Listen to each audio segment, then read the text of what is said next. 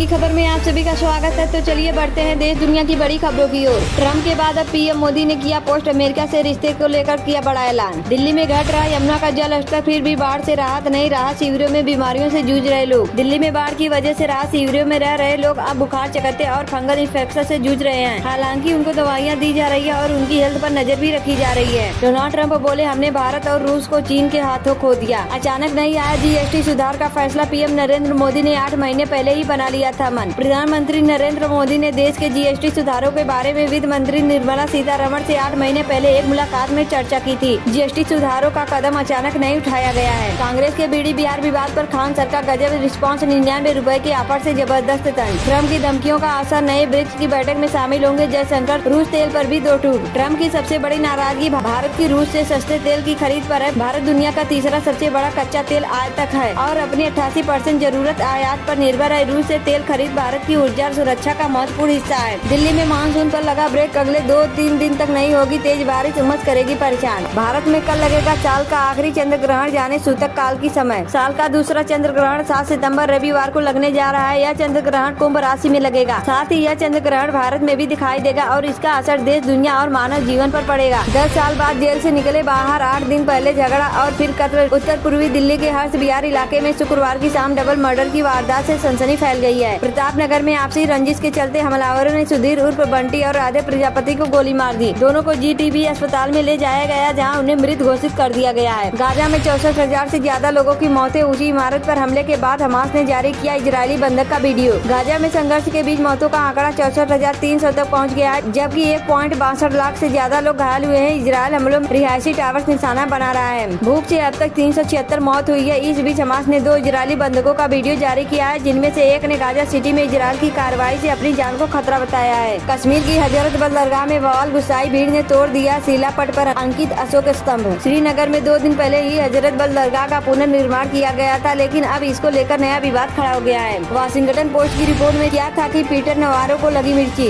इसी दिन white house के आर्थिक सलाहकार केविन हैसेट ने भी कहा कि राष्ट्रपति ट्रंप और उनकी व्यापार टीम भारत द्वारा रूसी तेल की आयात जारी रखने से निराश है। हालांकि उन्होंने सकारात्मक विकास की उम्मीद जताई है। मौसम विभाग के अनुसार उत्तर पश्चिम मध्य प्रदेश और उसके पास के पूर्वी राजस्थान में एक कम दबाव का क्षेत्र बना हुआ है। यह सिस्टम 7 सितंबर की सुबह तक दक्षिण राजस्थान और उत्तरी गुजरात के ऊपर एक गहरे दबाव में बदल सकता है। इसके असर से 7 सितंबर तक गुजरात और राजस्थान में भारी से बहुत भारी बारिश होने की संभावना है। ट्रंप से टेरी वार के बीच संयुक्त राष्ट्र नहीं जाएंगे पीएम मोदी। यूएनजीए में भारत की आवाज कौन करेगा बुलंद। संयुक्त राष्ट्र महासभा के सत्र में इस बार प्रधानमंत्री नरेंद्र मोदी शामिल नहीं होंगे। भारत का प्रतिनिधित्व विदेश मंत्री डॉक्टर एस जयशंकर करेंगे। संयुक्त राष्ट्र की संशोधित सूची के अनुसार जयशंकर 27 सितंबर को महासभा को संबोधित करेंगे। मुंबई को बम से उड़ाने की धमकी देने वाला दबोचा गया, नोएडा पुलिस ने शख्स को किया गिरफ्तार। नोएडा पुलिस ने मुंबई को धमाके की धमकी देने वाले आरोपी अश्विनी को गिरफ्तार कर मुंबई पुलिस के हवाले किया है। अश्विनी ने व्हाट्सएप पर बताया था कि लश्कर-ए-जिहाद के 14 आतंकी 400 किलोग्राम RDX विस्फोटक लेकर बड़े हमले की योजना बना रहे हैं, जिसमें 1 करोड़ लोगों की मौत हो सकती है। सीएम योगी भी शांत नहीं कर पाए। बीजेपी की छात्र इकाई का गुस्सा, ABVP का ऐलान, नहीं थमेगा हमारा प्रदर्शन। चीनी सेना के महाविध्वंसक हथियार देख खौफ में आए पुतिन, चीन से सटे रूस के फार ईस्ट में किया बड़ा ऐलान, बचाएगा भारत। रूस के राष्ट्रपति व्लादिमीर पुतिन ने देश के फार ईस्ट इलाके का दौरा किया है। पुतिन ने कहा है कि यह इलाका रणनीतिक रूप से महत्वपूर्ण है। तो डर सता रहा है कि चीन इसके कुछ इलाके पर कब्जा न कर सके।